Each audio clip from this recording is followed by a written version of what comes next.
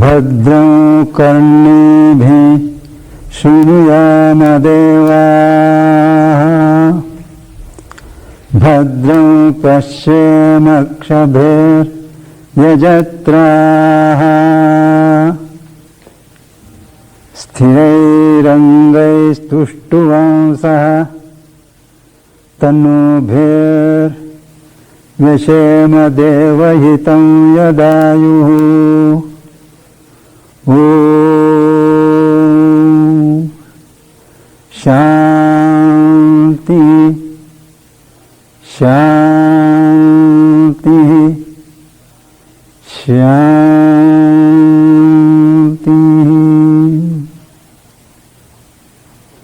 O gods, may we hear what is auspicious with our ears. O ye adorables, may we behold with our eyes what is auspicious.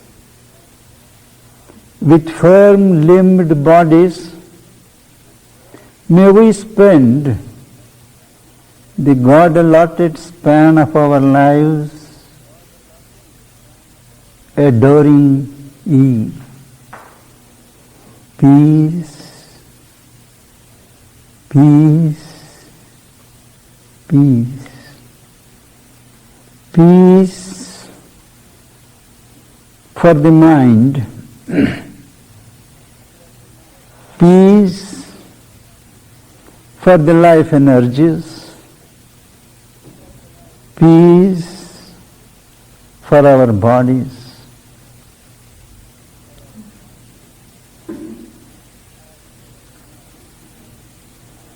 I have taken long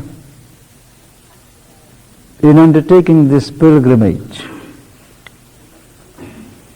to this growing center of spiritual consciousness on this continent, bringing greetings from the old world, from our ashram, Sri Aurobindo ashram, in South India, which has taken over 50 years to come to its present state, where we are about 1,700 people permanently staying from all over the world, with about 200 or 300 seekers visiting us, staying for temporary periods, and always a floating population of about 200 every day visiting us. It is a spiritual community, but a spiritual group which believes in affirmation of life, which takes life as it is, looks upon this world as the legitimate field for the manifestation of the glory of God. The aim of life, my teachers say, Sri Aurobindo and the Mother, is not salvation. It is fulfillment. And this fulfillment lies in an all-round perfection of man, an integral man contributing his best to the evolution of an integral society. That has been our goal, and all the aspects of life have been reflected in our organization. I wouldn't call it an organization, it is an organism. It has grown spontaneously according to the need of the people who have been gathering there. We have a center of education where students and teachers from all over the world have gathered, where education is not sold. New bases of education are being laid down. Freedom of the child to develop its potential with an unseen supervision, an absolute equality to men and women. It is something new in the East, where women have been traditionally relegated to a subordinate position. But without fanfare, without propaganda, the mother has initiated a movement which is now spread all over the country of perfect equality between men and women. When Sri Aurobindo was asked, how should a woman seeker regard a man seeker when they meet? He answered, not as man and woman, but as children of God. And that has been our motto in human relations. As I said, it is a miniature world in itself, bridging the gulf between the East and the West, between science and spirituality, between Vedanta and the technology.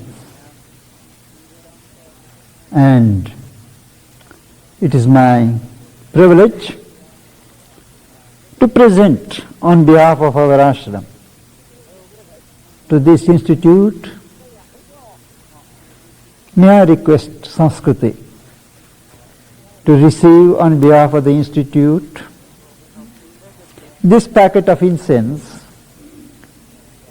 which has been manufactured in the ashram, and also a small book, a seminal book on the Divine Mother by Sri Aurobindo.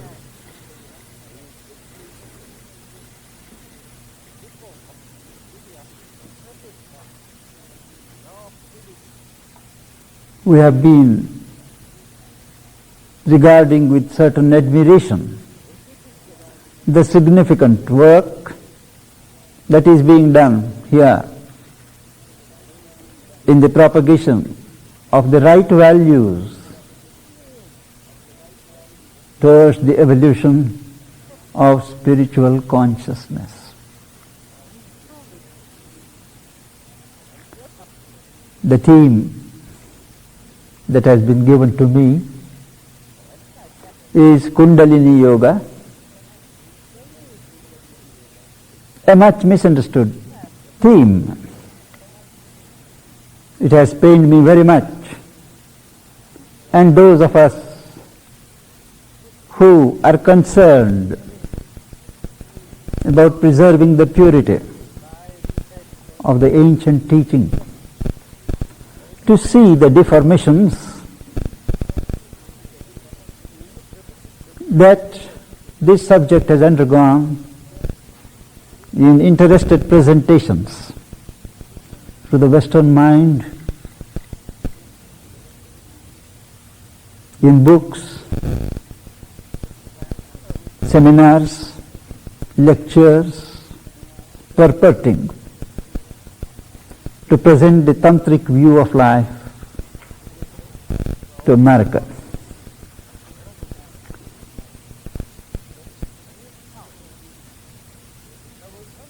Many of these exposures would not have stood the test even for a day in India.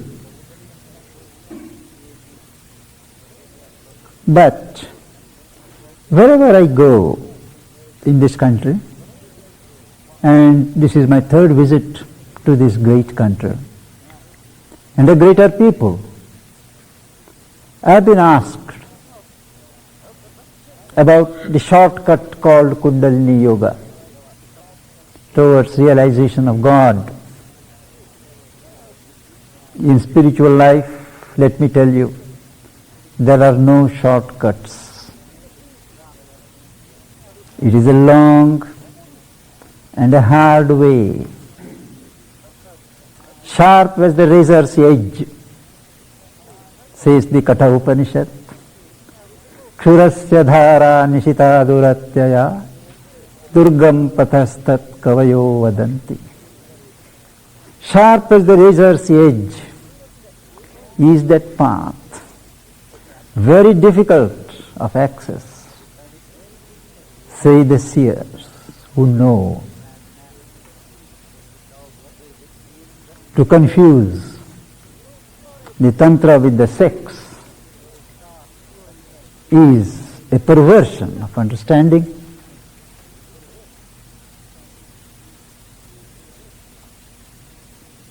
We will come to these points in the course of our discussion. But before we come to a proper understanding of what is Kundalini and what is yoga, we need to have a certain background of what we are, where we are, and from where we have arrived. Particularly from this point of view of the evolution of consciousness, spiritual consciousness.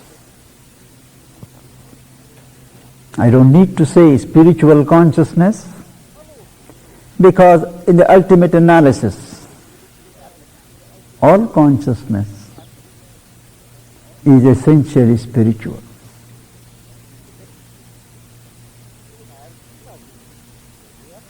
There is, when all change and movement, space and time are eliminated, when everything that appears and moves is removed from the scene as subject to change, there is something that survives, something which is the ultimate, the absolute,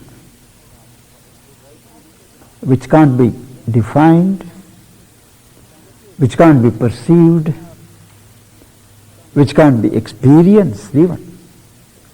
It is something beyond, transcendent. They call it, in this thought, the Parashiva, the supreme existent. You cannot call it either he or she. They say it is profane to call it this or that. So they simply call it Tat. Tat Brahma Parashiva. When that reality, the absolute reality, is moved,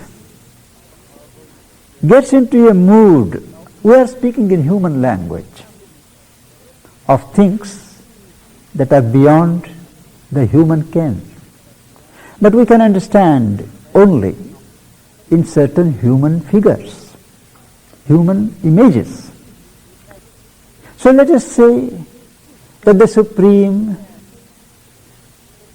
has a mood to manifest what the glory that is held in its being wants to put out. And the moment this idea, this mood comes, there is a vibration. And that vibration is called the spanda, the throb, the primordial throb. Immediately, what was Parashiva becomes Shiva and Shakti, he and she, the static and the dynamic. But these, Shiva and Shakti, are not two separate realities. What is called Shakti, let us call it in English power, puissance. Puissance is the nearest word that brings out the sense, original sense. Is Shiva as Shakti, the Lord as power. You cannot distinguish between the two as between two objects or two individuals. The classical analogy is between the sun and the sunlight, fire and heat. This bifurcation for practical purposes between Shiva and Shakti undergoes further modifications. 2 gives rise to 3, 4, 5 principles, and ultimately multiplies itself in either 24 or 32 principles which base this universe, this manifestation. And the purpose of this manifestation, purpose of this universe is to manifest, to put out the bliss, the glory of God. To build the glory and to enjoy that bliss which is manifested. In the ancient tradition, it is clearly stated that all these beings come out from bliss. By bliss they are maintained, and into bliss they pass in their ending. But for this ether of bliss, who could live? Who could breathe even for a moment? There is a cosmic enjoyer, the divine, who takes the joy, the delight, the bliss from every movement that goes on in this universe. the fact that creatures like us who are involved in this movement don't experience this bliss always, but are subject to the dualities of pain and pleasure, suffering, does not negate this truth.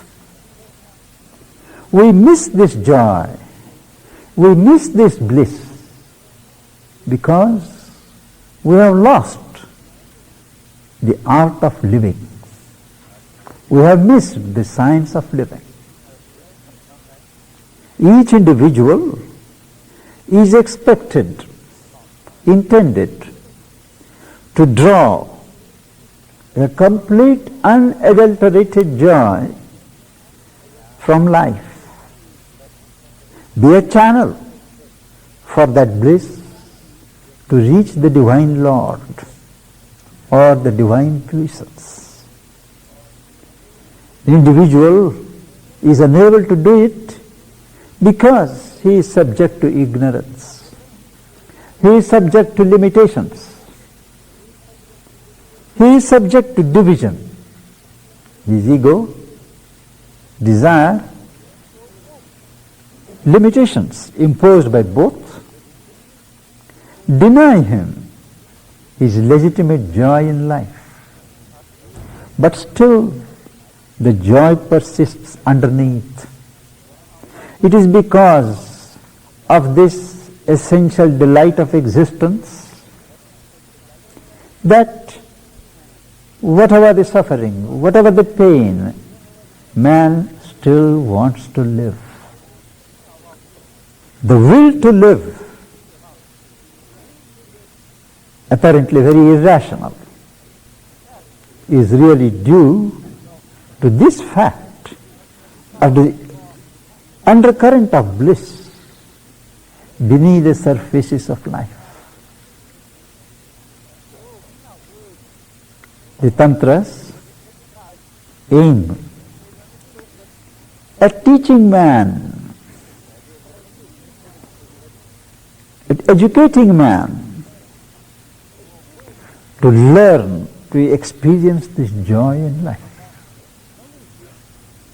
In India, there are two streams of spirituality. One, the Vedanta, which believes that this world has no inherent reality. It is a product of Maya, a power of illusion, a power that creates this phantasm and casts it on the white bosom of the reality called Brahman. And the proper business of man, according to Vedanta, is to discriminate and realize that this world of change and name and form is transitory. It is a net of falsehood, and you withdraw from it. You withdraw from life, interiorize yourself, and merge in the self, which is one with Brahman, the reality.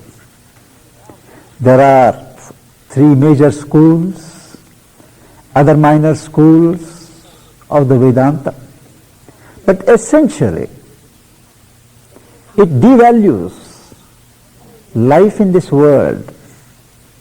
It devalues nature and counsels flight to the spirit, the refusal of the ascetic. That's how Sri Aurobindo describes this phenomenon. But the Tantra has a different approach. It says This world is real. This world is not a creation. There is not some supreme creator who is sitting there in the heavens and creates this world in a particular number of days and then leaves all the created beings to their fate. No. This world, this universe is an emanation, something put out from his own being. To put in philosophical language, he is both the efficient and the material cause of this creation. It is not a creation, it is a manifestation. One of our Upanishads describes, as from a central fire thousands of sparks emanate, so have these worlds come out from the being of God. And what has come out from God is as real as God himself. Who are we to foist falsehood and illusion on something that has come out of truth? The Tantra accepts the reality of the world, the reality of nature, the reality of man, the reality of God. They are triple formulations of one reality. According to this approach,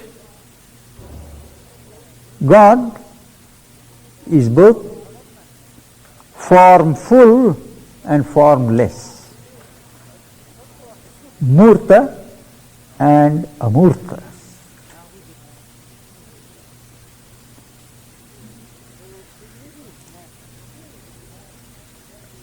True, the divine can be experienced, realized as peace, as bliss, as light,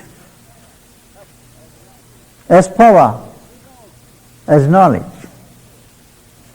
But it also lends itself to be experienced to the human mind, human consciousness, as a person.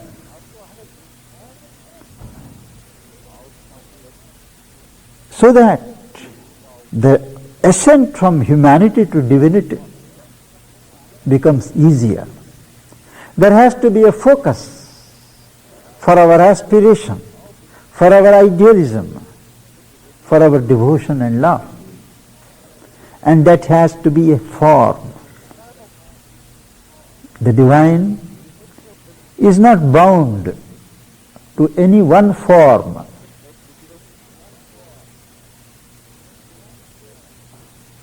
The divine takes any number of forms.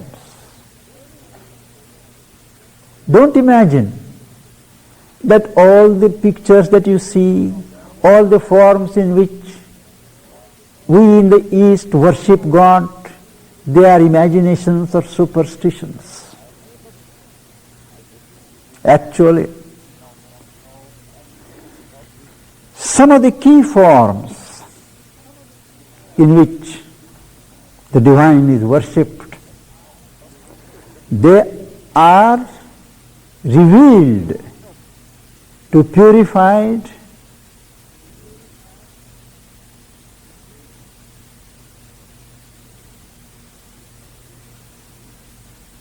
vision of the rishis, those who have in their aspiration and ascesis gone beyond the limitations of humanity. In their uplooking vision, they have been vouchsafed certain significant forms in which the divine has revealed itself to be worshipped, to be adored, to be seized. There are other forms which men in their deep aspiration have carved out, offered to the gods, and they have been accepted by the gods. There are others which are, you may call, anthropomorphic forms, but they are very minor. But each such traditional form in which, say, Shiva is worshipped, his elephant, the sun, elephant god is worshipped, the Lord of Delight, Krishna, is worshipped. They are authentic, eternal forms that have been vouchsafed to man.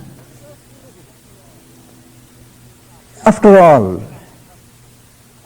a form, what is it? It's not something arbitrary that an artist draws from his imagination. No. Name and form. A form always indicates the content it carries in itself,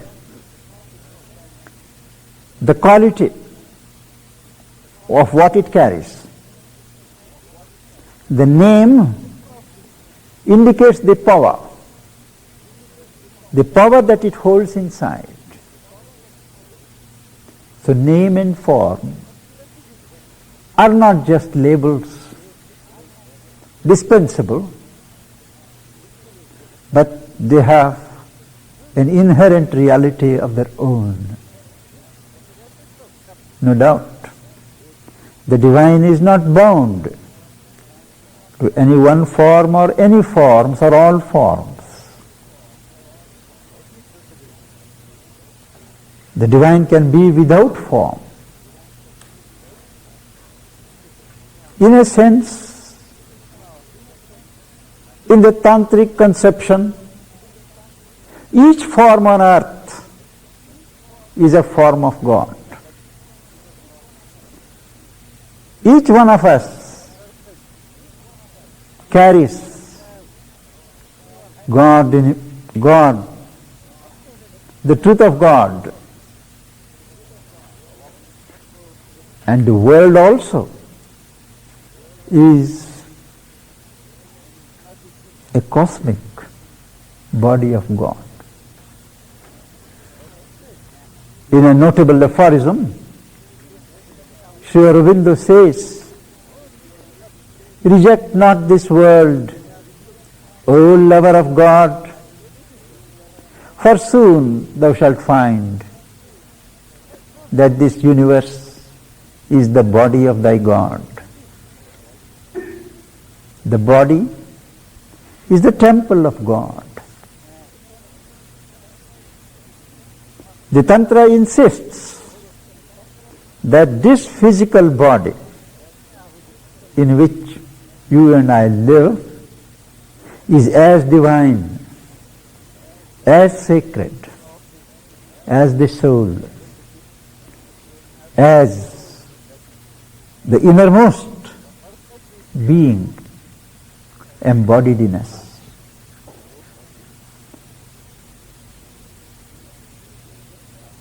You must keep the temple clean if you wish to install there the living presence. That is what Sri Aurobindo states on the question of the body. The human body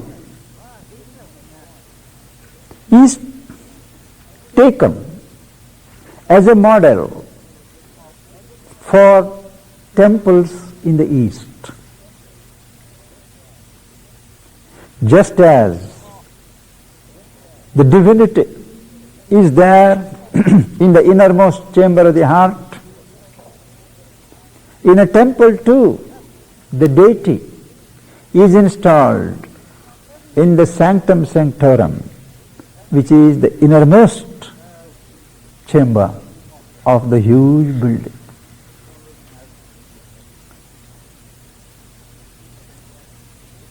The physical body, the life energy that drives and enlivens the body, the mind that is encased in this body, the soul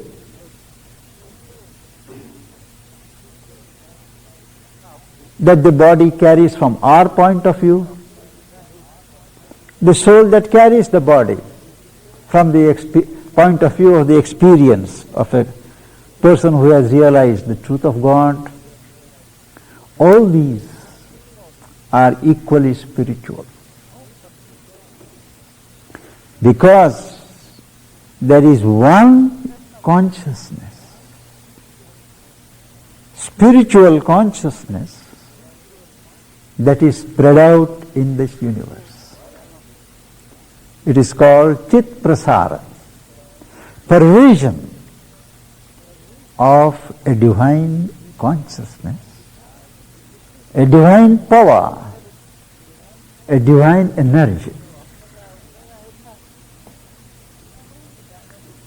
It is not only that this consciousness, Shakti,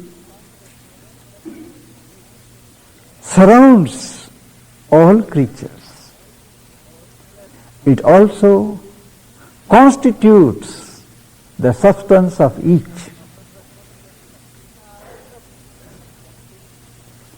It contains, it indwells, and it exists as the million forms that people this universe.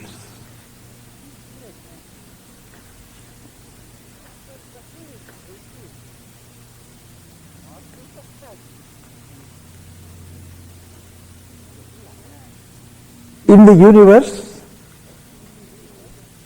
this spiritual consciousness, spiritual force, spiritual power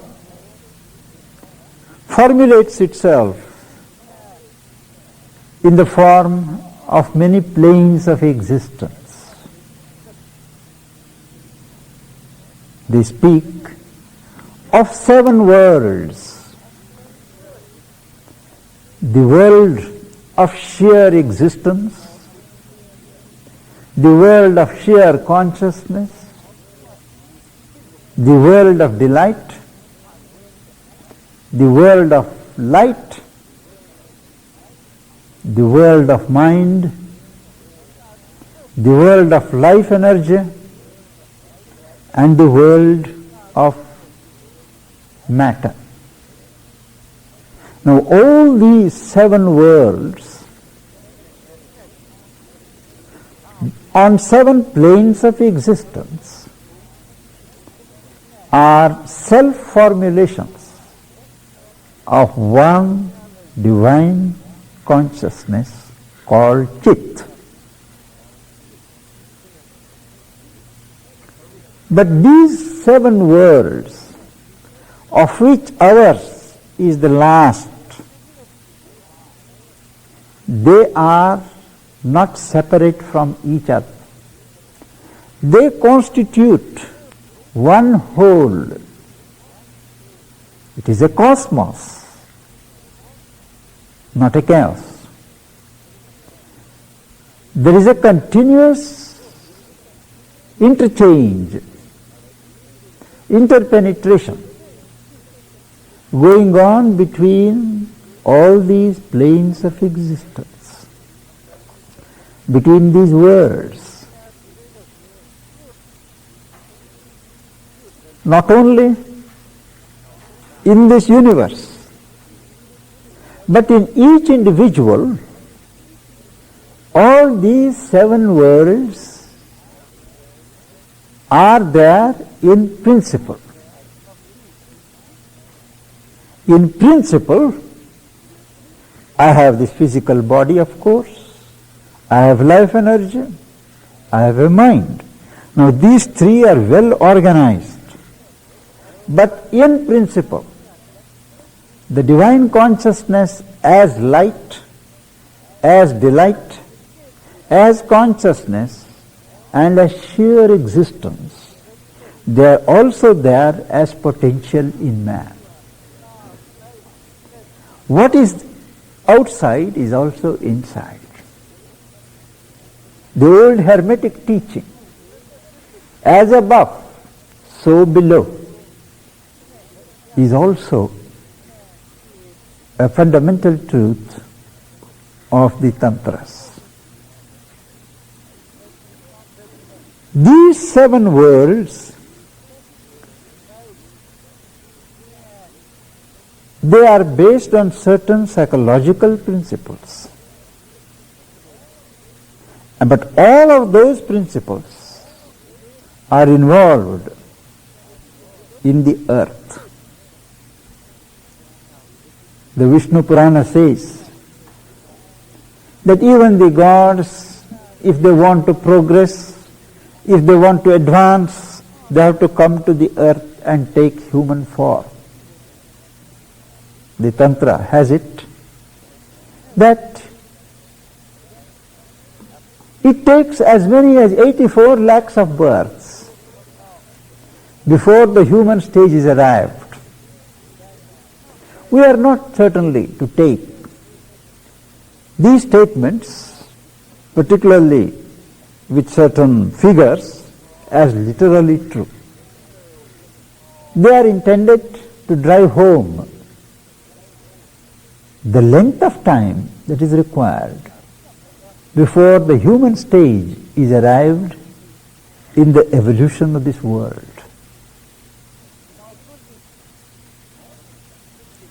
All that appears in the name of the Tantra is not Tantra. We have in the East a very deplorable habit, and that is anyone who writes a treatise on the model of certain authentic scriptures, he will just ascribe it to some great name and pass it on. That is how there are thousands of texts of the Tantras which are spurious, which are not authentic, which have debased the teaching. There are certain texts which are authentic, which can be verified in our experience.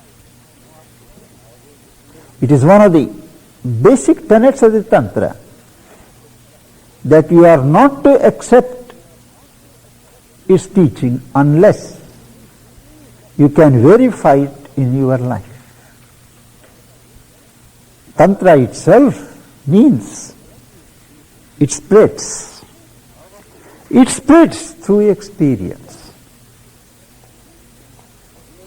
It is a self-elongating, a self-developing process.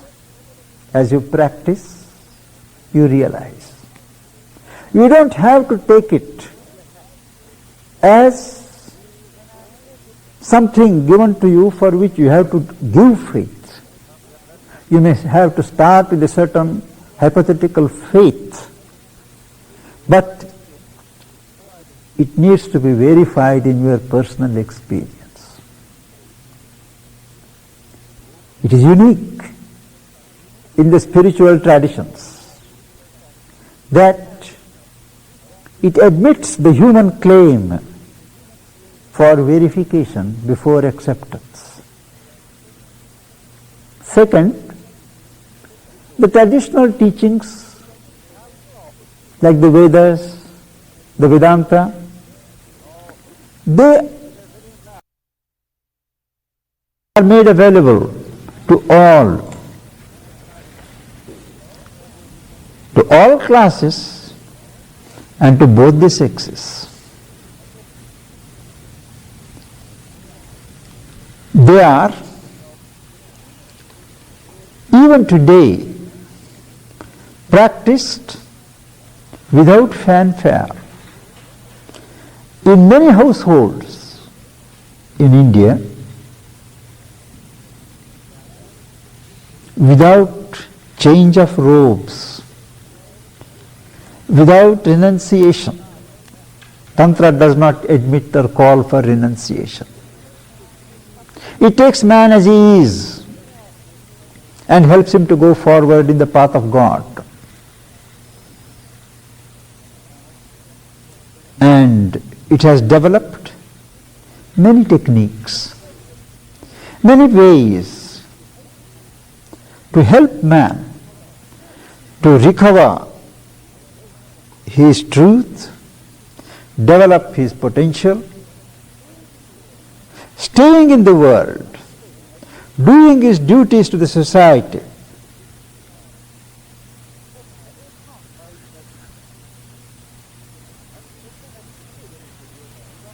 That is the yoga of the sound, Nada yoga, where you take a mantra and repeat it. Now what is this sound? What is this mantra, you would ask? The Tantra Shastra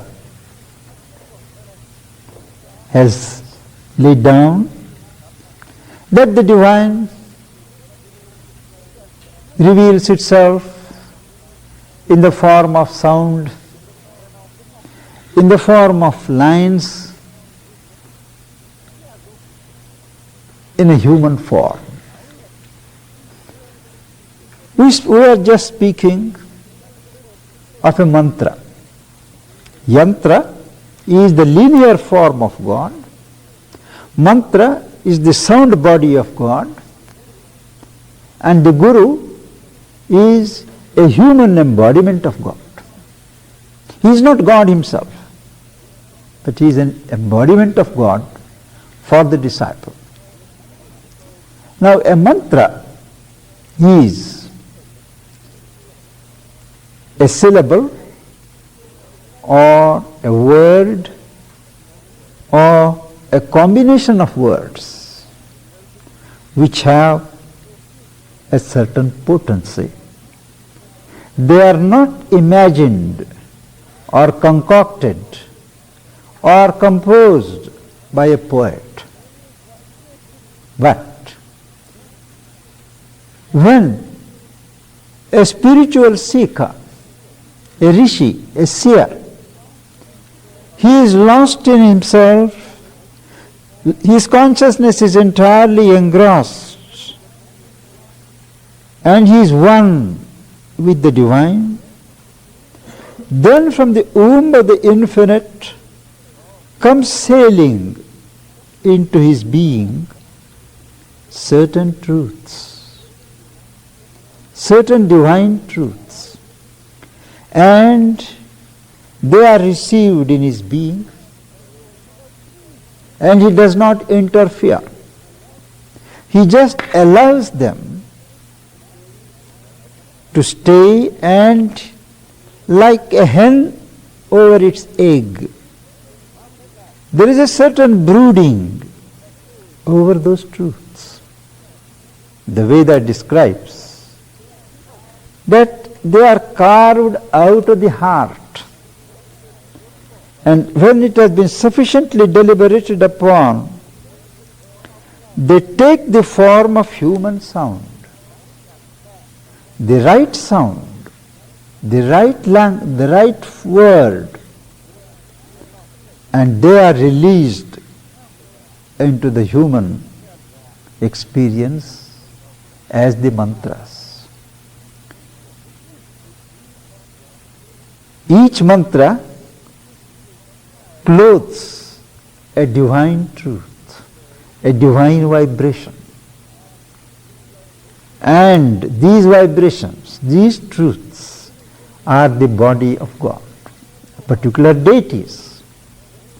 So, when you recite or repeat a particular mantra, those vibrations are emanated, which create an atmosphere, a magnetic field around you, which invokes that divine presence which has given room to these mantras. to these sound vibrations. So a mantra is not just a word to be lightly taken and repeated. There is a sacredness about it.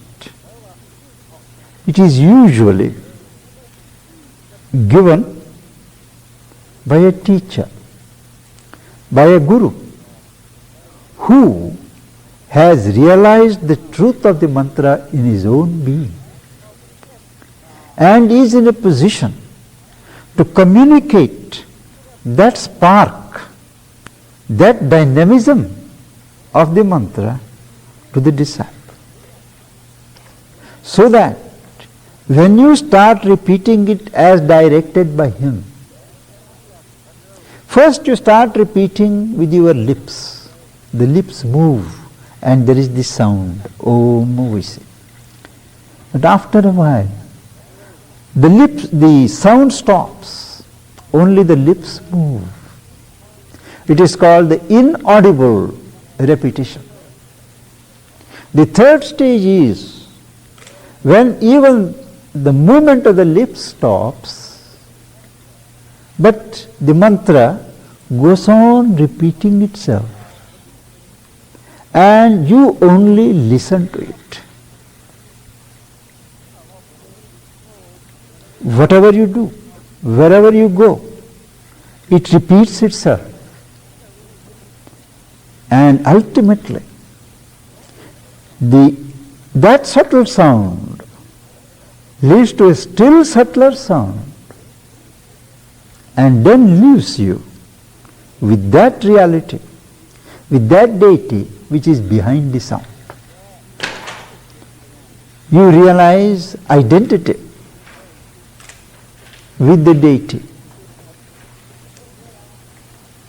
But there are certain mantras which are called self-perfected, Svatasiddha. That is, they have been repeated millions and millions of times in the human atmosphere, and they have acquired a power of their own, so that anyone who repeats it with regard, with faith, with devotion, it yields its secret to him. The mantra of Om, for instance, is that. It is a mantra of liberation. One can do it directly. But mostly, it is always fruitful to receive it from a guru, a teacher, who has practiced it, who has the authority, therefore, to impart it to others. Then there is what is called the yantra. Just as a mantra is the sound body of God, a yantra is a linear representation of God. Can be a triangle, a circle, a combination, a square. There are various types. Now these are not just geometrical figures, but revealed configurations of divine energies which emanate from the deities.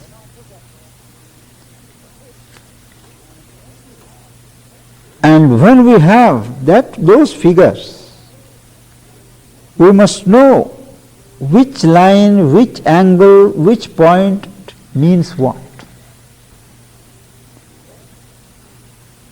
When you look at it that way, knowing its sense, knowing its meaning, it acquires a different character.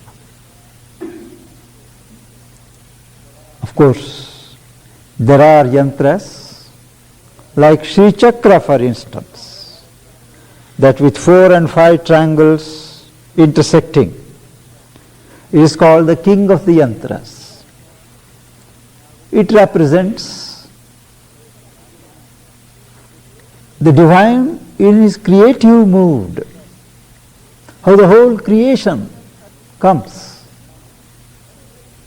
And anybody who has that is obliged to treat it with a certain sanctity.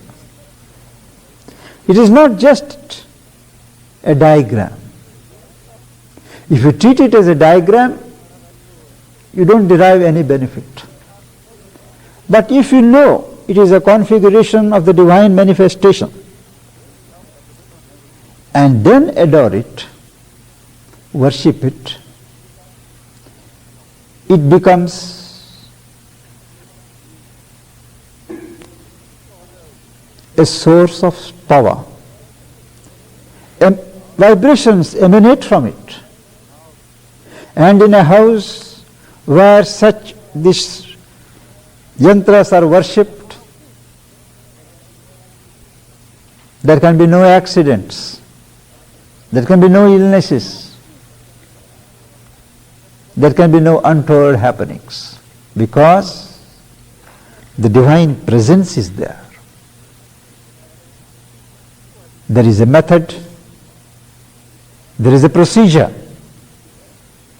of doing the worship.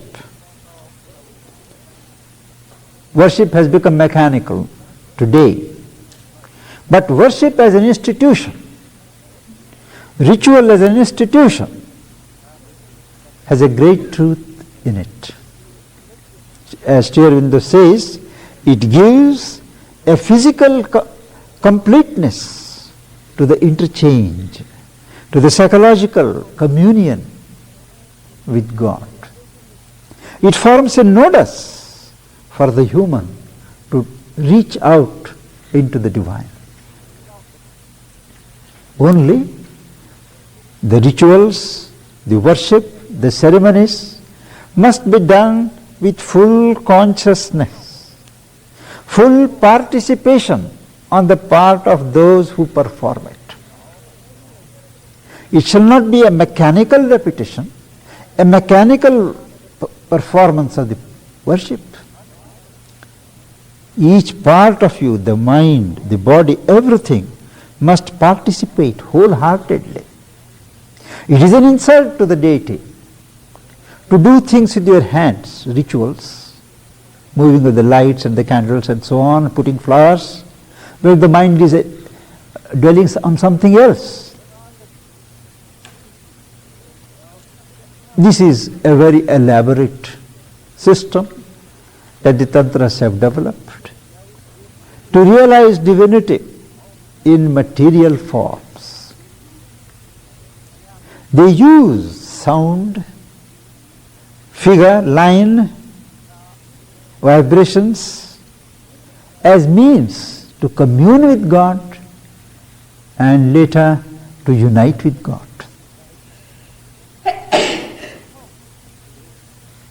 There is this mantra yoga, nada yoga, worship, and there are so many types of yoga under the large umbrella of the Tantras. And one of them is the Kundalini Yoga. The Tantra Yoga is not Kundalini Yoga entirely, nor does Kundalini exhaust the Tantra. Kundalini is one of the techniques of the Tantric discipline.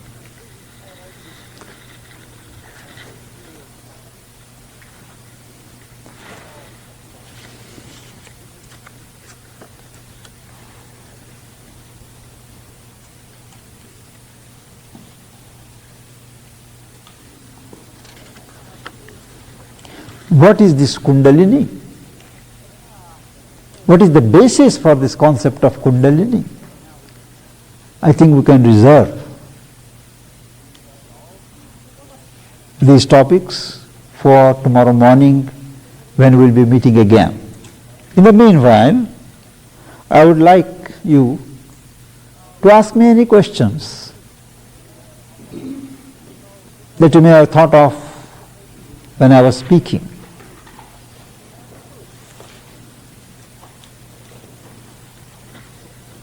I would like to know more about deities, what they are. Very good question. Would you repeat the question? Yes. The question is, what are the deities? The question is very legitimate because it is basic tenet of all religions that God is one. There is one God. Then how come you speak of so many gods, so many deities?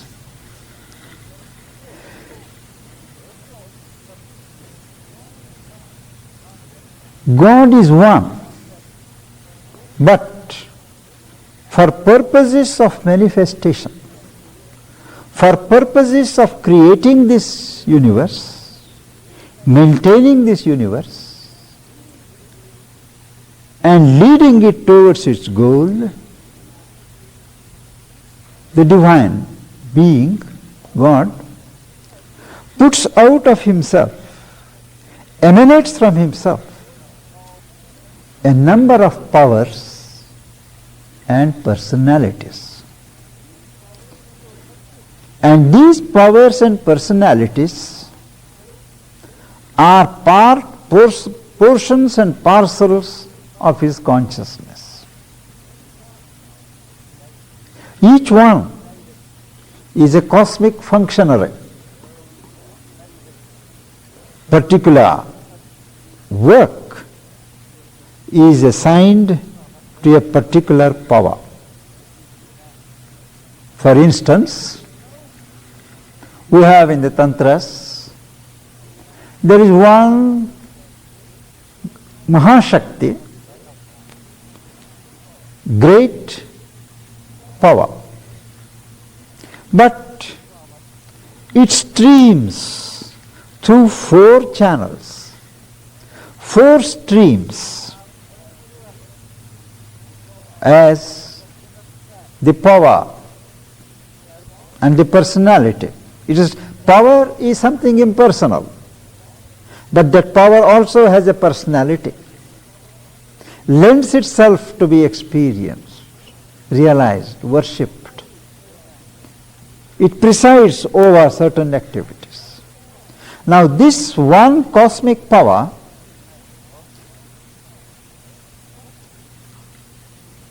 functions in 4 forms. The power that builds knowledge, creates knowledge, organizes knowledge. She is Maheshwari. The power that builds strength in the universe, in the individual, that is called Mahakali. The power that builds beauty, organizes harmony, mutuality, prosperity, wealth, she is called Mahalakshmi. The power that works for progress, for perfection, minute perfection, she is called Mahasaraswati. Now all these 4, for instance, are emanations of the one, but each is concerned or assigned particular areas of functioning. So they carry the same consciousness, but focalized for different purposes. That is why it has been said, Ekam sat vipra bahuda vadanti. The truth is one, but the sages call it variously, according to the purpose or the function. That is why they are called the cosmic functionaries. And each one does his part, her part in the universe, in the human individual, and builds the universe in the image of the total reality. Aside from that, do you also think in terms of Brahma, or is this comparable to Brahma in the four directions of the four channels? The question is,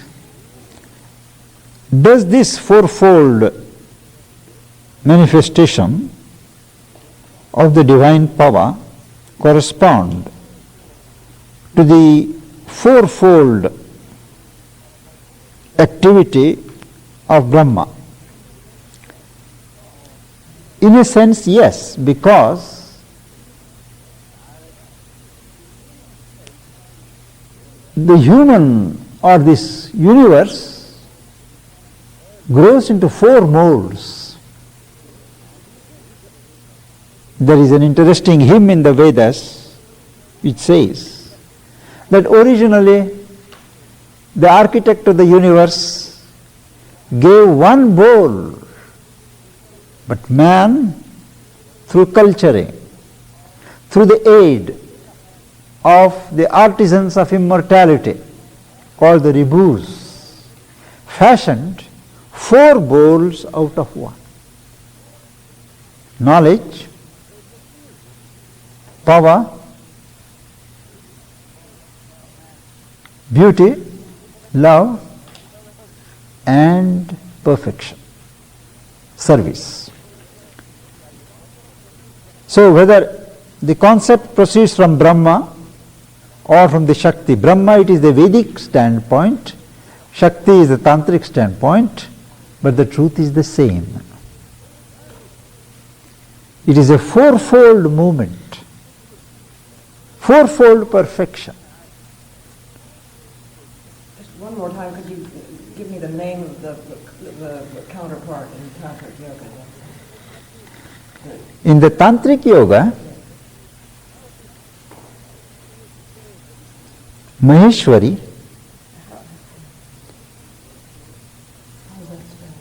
Maheshwari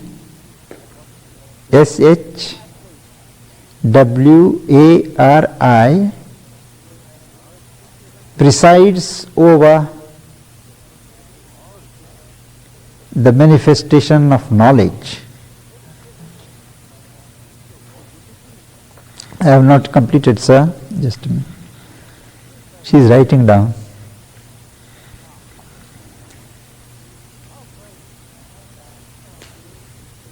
Mahakali, Mahakali,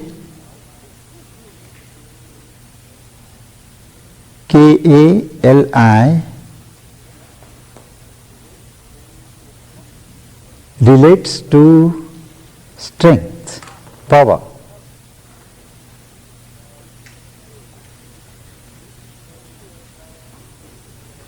No, it is a power that builds the right and destroys the evil.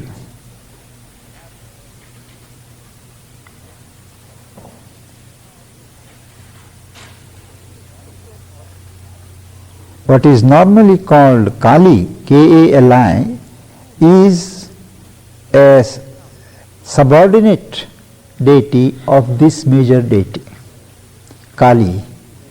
You may have read in books. Mahakali is the presiding one, and Kali is one of the emanations of this deity.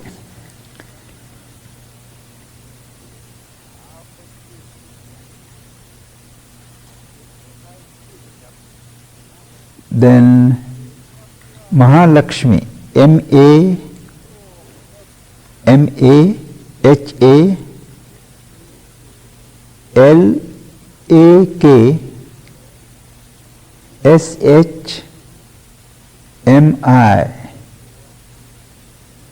presides over beauty, prosperity, harmony.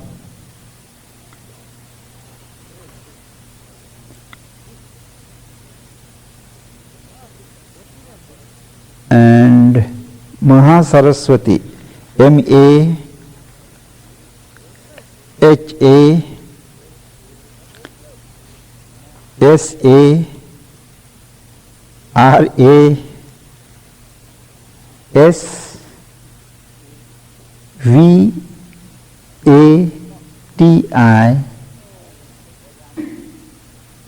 organizes work, perfection in service.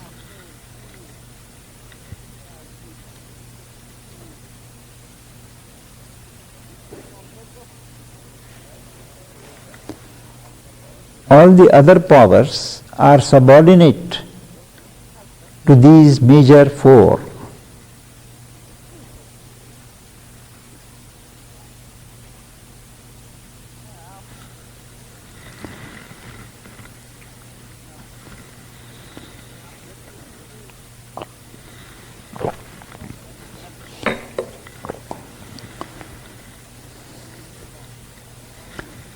I have finished this answer. You can ask, sir. I just wanted to use several questions. One was, you say there are no shortcuts in yoga. What then is Siddha yoga? How does it differ from any other kind of yoga? There's sometimes it's about touch or something or other. I don't fully understand that. That was one question.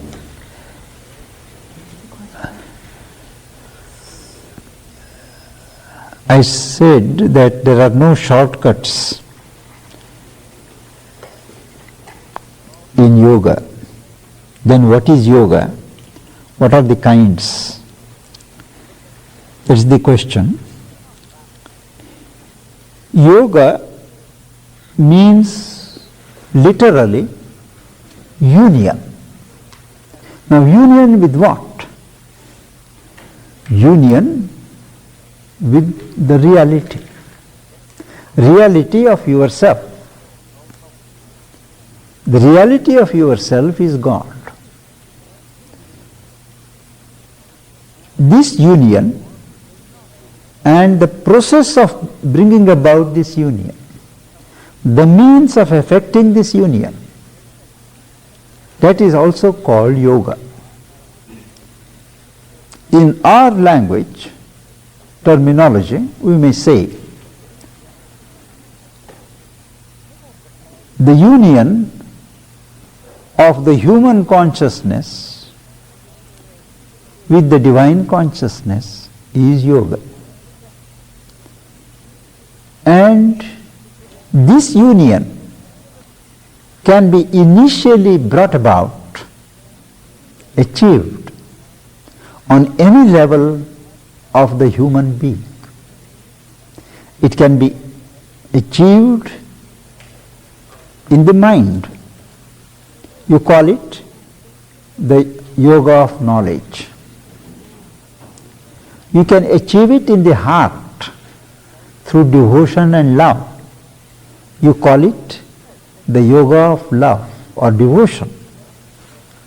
You can achieve it at the level of your will and works by dedicating all your energies and outpourings of energies to God. That is called the yoga of works, karma yoga.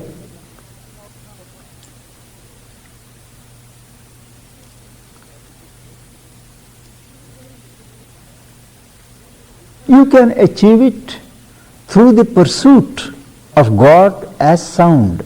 That is called Nada Yoga.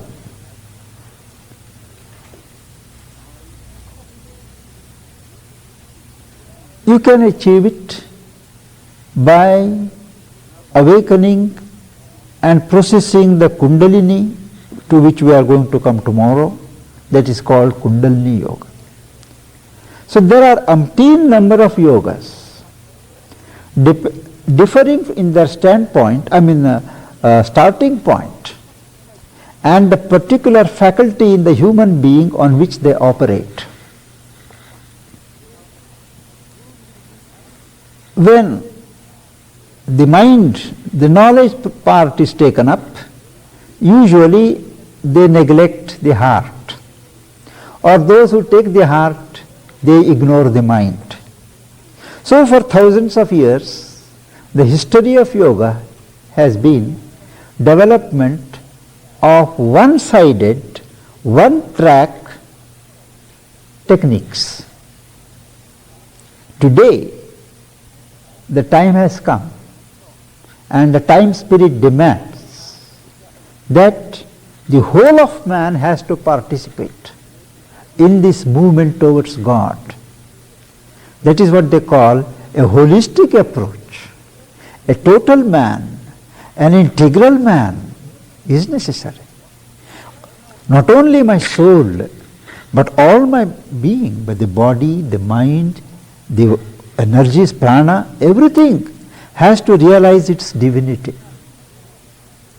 And the movement everywhere, I find, is towards developing some kind of synthetic or integral yoga. It takes long because you don't neglect anything, you don't give up anything. It is more in tune with nature's movement of evolution.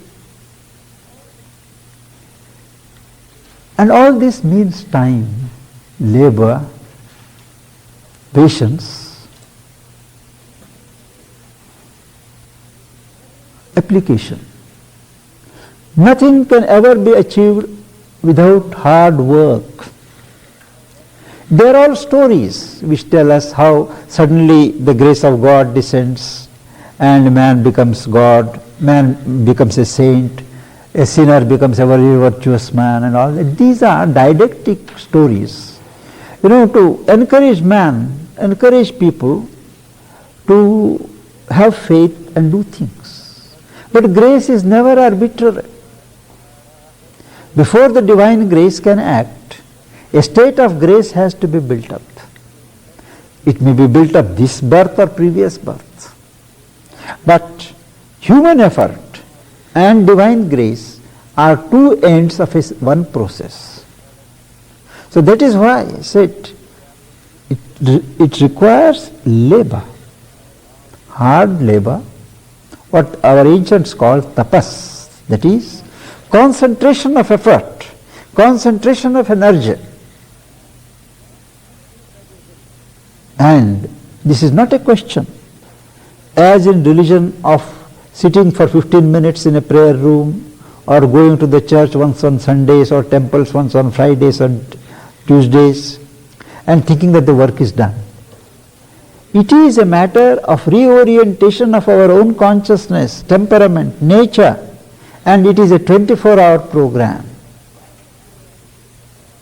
So the connotation of yoga today is vastly extended and different from what it was in textbooks, say about 50 years ago.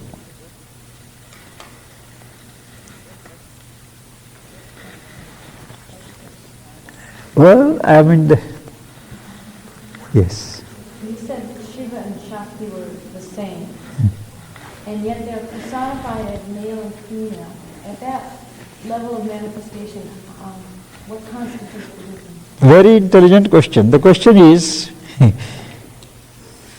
if Shiva and Shakti are the same, how is it that they are differentiated into male and female distinctions? This is a very important question. The fact is, male and female at that level, spiritual level, occult level, do not mean a sex distinction. Male is the sanctioning, overseeing status. The female is the energizing, executive, methodizing status. The same consciousness in its poise or status of presiding, supporting, is the male, and in executing, methodizing, it is the female. it is only at the human physical level that male and female mean a sexual distinction in the body that has been brought about by nature for her own purpose of perpetuating the species. On all the higher planes, the other worlds, the sex distinction is not there, whatever our stories may say. My teacher, Guru, the mother, she was asked once, we have got about 700 students in our community.